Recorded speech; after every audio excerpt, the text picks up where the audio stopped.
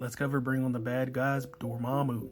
So this kid's dad is a sorcerer supreme, and one day when he peeped into a room that he wasn't supposed to, this kid known as James walks in on his father fighting an assassin.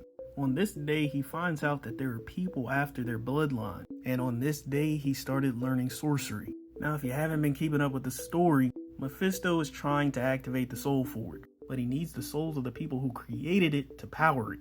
But since he killed them, he has to go after their ancestors. So after that day, James grew paranoid, so he decided to get help from Dormammu.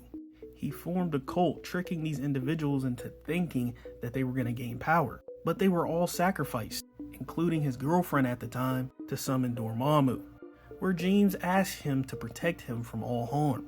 And lucky for him, the Dark One accepts because Sister Sorrow, Mephisto's right hand, was just about to take him down with that soul dagger.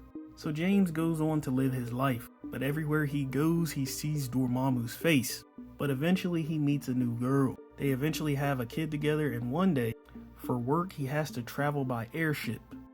That's when he sees Dormammu again, as things take a turn for the worst. The airship blows up in a fiery explosion, and when the authorities arrive, they only find James sifting through the rubble, trying to find his wife and kid. After this day, James is taken in by scientists and tortured because he cannot be harmed by anything. That's when one day, years later, someone comes to interview him. But when she takes off her mask, it's his lost loved one who he sacrificed to Dormammu.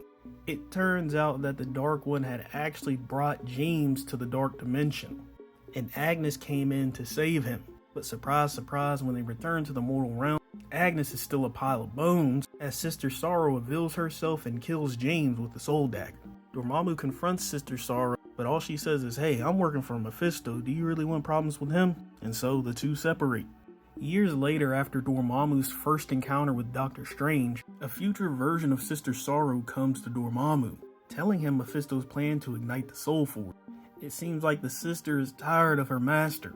She wants to be free of his control, so she has devised a plan that not only includes Dormammu, but other people as well for it to be successful.